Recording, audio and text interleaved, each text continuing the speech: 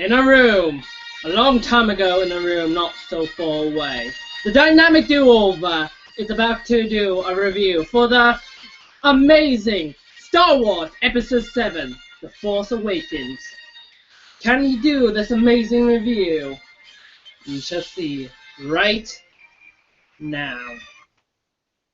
Hello everyone, I'm the Dynamic Do-Over, and welcome to my review for Star Wars Episode 7, The Force Awakens. Well, I saw this movie back on Saturday. Yeah, that's long. And I've been putting off this review for a while here. But now it's time to do this review. So J.J. Abrams directed Episode 7, and let me tell you, he did a great job. This episode felt more like Star Wars than the entire prequel series, and that's saying something.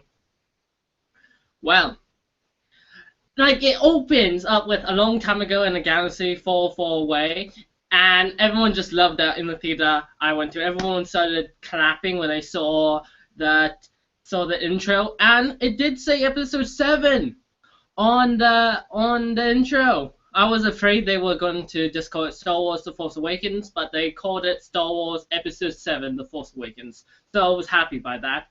And I have to admit, I really enjoyed the cast. I enjoyed every moment of that. But there's something about Luke Skywalker that I will get to the end. But okay, we open up on Tatooine. Sorry if I mispronounced some words.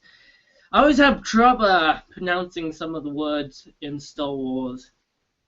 But we open up with Pope, the best pilot in the Resistance, and he gets this map to the location of Luke Skywalker. Luke Skywalker has gone into hiding after his apprentice, Kylo Ren, a Knight of Ren, became a part of the dark side. So Pope gets this map that will reveal the location of Luke Skywalker, and his drone, his robot, VV-8. And let me tell you, I really enjoy VV-8. Hopefully that's his name, or not just mispronouncing or misspelling the name. But anyways, So yeah, I really did like VV-8. I thought he was like the new R2-D2 of the Star Wars, of the sequel trilogy for Star Wars. So then the First Order was what? Oh, I should have put this in front that there would be spoilers for this review. But if you're watching this review, you must already know. Lucky for me, I didn't spoil anything big.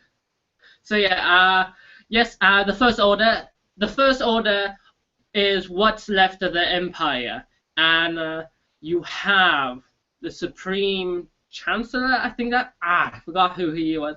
He's the leader of the First Order, and they really remind me of Hitler and the Nazis. Yeah. And we have Kylo Ren, and let me tell you, he's amazing. When he first steps on, you are creeped out. Like when the First Order starts to attack the people, Pope tries to leave, but his ship gets damaged, so he fires a laser at Kylo Ren, and he just stops it with the Force, and that's amazing. You never seen that happen in the Star Wars films ever. So yeah, after that, Pope gets captured, and one of the stormtroopers who didn't even fire a shot. Oh, and the stormtroopers, they can shoot! I know! I'm surprised. They can actually hit something for once. Wow. Only if they could hit like that in the original 3. Who knows? Maybe the Empire would have won. Anyways, so yeah, Finn, a stormtrooper, who's not a Jedi, by the way. He's not a Jedi. And he's sick and tired. He's tough. He's sick of what they've done, and he just wants out. So after Pope been tortured by Kylo Ren, Finn helps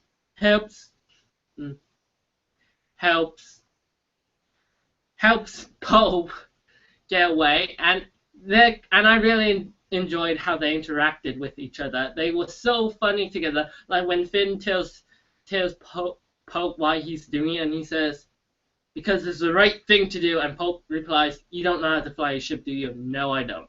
And that's just so fun. And I really like. They seem like they could be best friends. That's the feeling you get from these two being on screen. I only wish Pope was on screen for longer with Finn because they do a great job. Like some of my favorite scenes are with them. So yeah, they steal a fighter and they run after they disarm some of the weapons on the Imperial ship, but they crash land on the planet again. And VV8 had escaped the massacre earlier and met up with Ren. And Ren befriends VV8 and they head into town while the TIE fighter crash lands and Finn awakens and he can't find Pope. So he heads into town where he encounters Ren and VV8.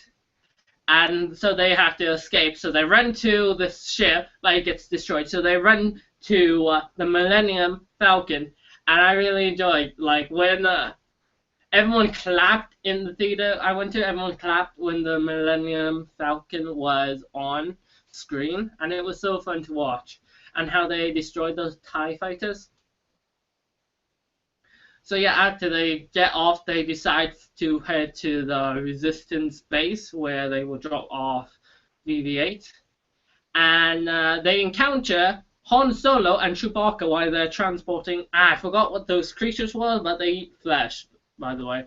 And after escaping from a bunch of thugs who are mad at Han Solo for betraying them again.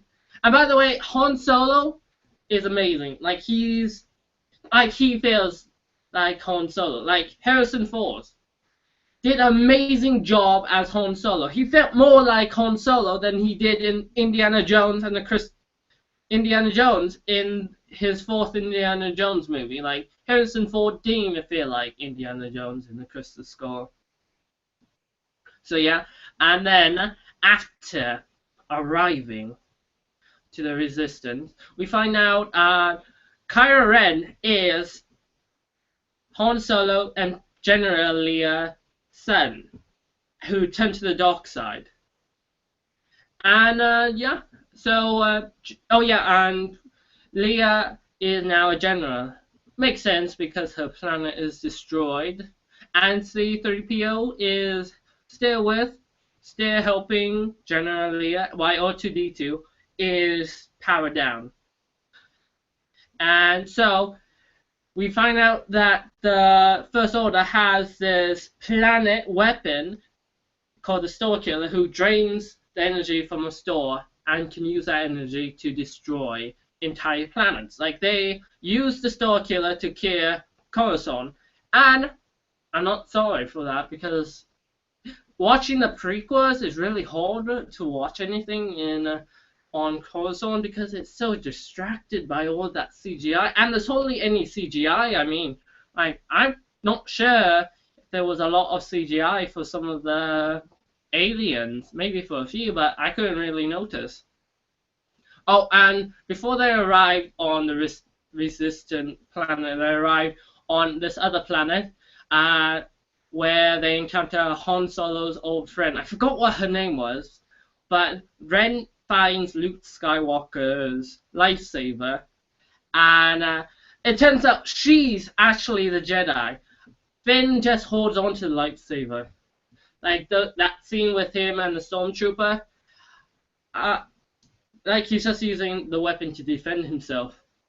And like I said before, the stormtroopers are actually good at their jobs this time. So yeah, Kylo Ren captures Ren while Han Solo, Chewbacca, and Finn and BB-8 go back to the Resistance base, and we find out that Ren can use the Force. She used a Jedi mind trick to get out of her prison, and looks on a way to escape while the Resistance sought to attack the base, hoping to destroy it, after Finn tells everyone that he used to work, that he knows the base because he used to work there. But it turns out he was the janitor.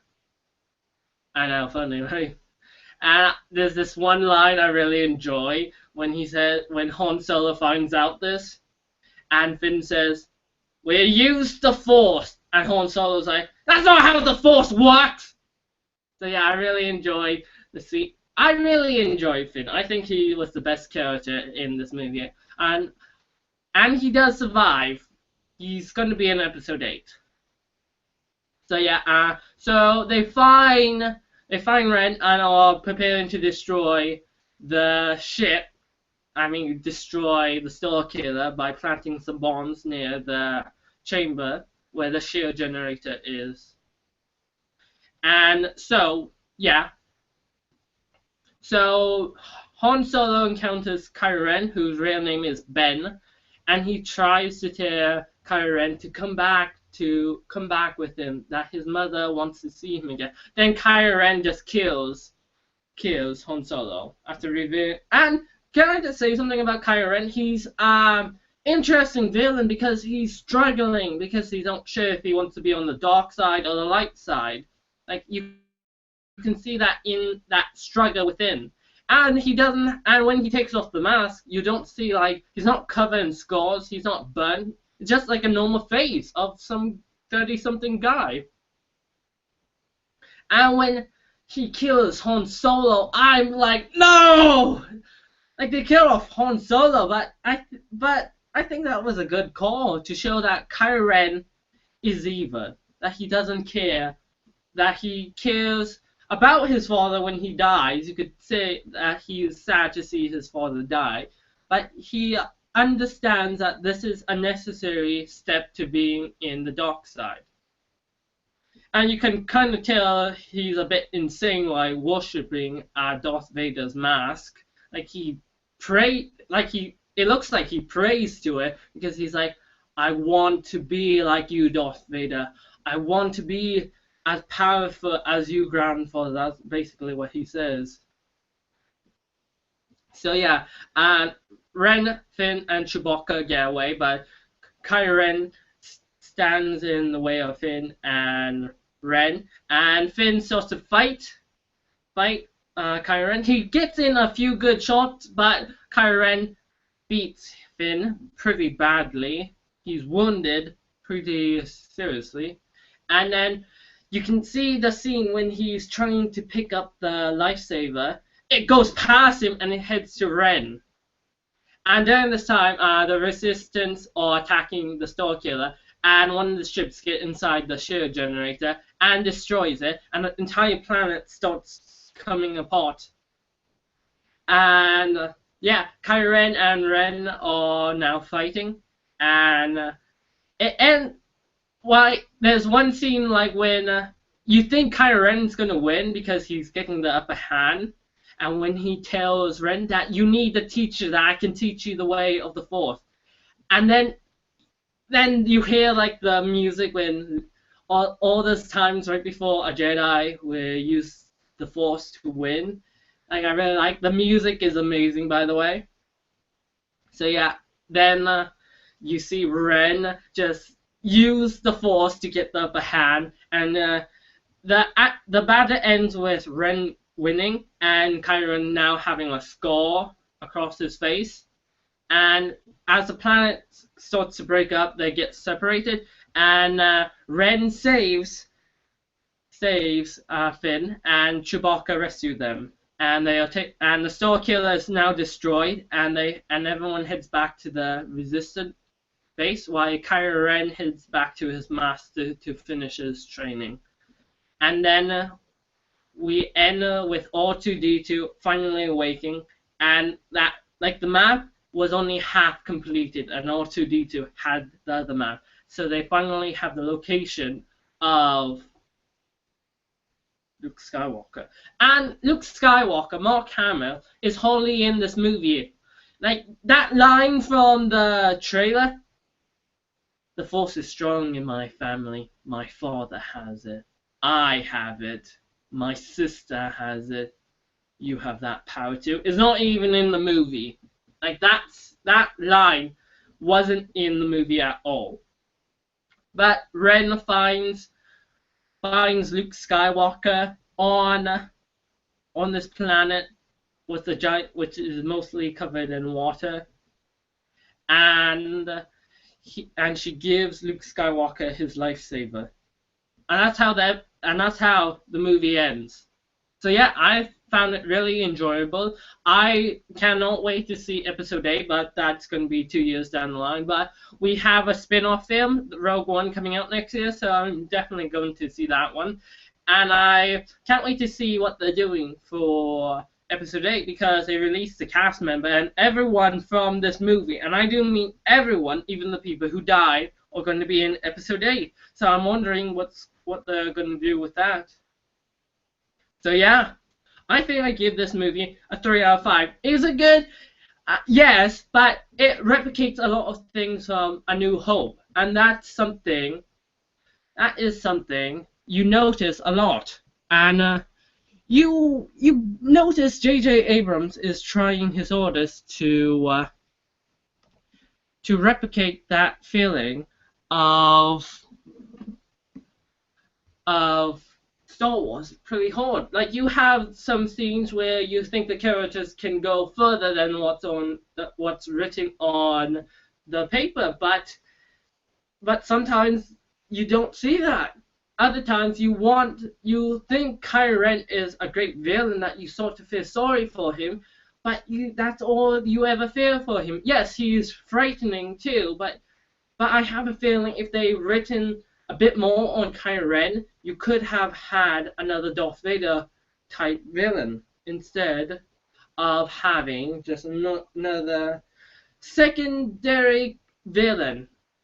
I have a feeling sooner or later the entire franchise will end in an interesting way. So yeah, and one more thing, J.J. Abrams, there was hardly any lens flares. So good job, JJ. You're doing better. You're learning. So I give Star Wars Episode 7, The Force Awakens, a 3 out of 5. I'm the Dynamic Duo. Till next time.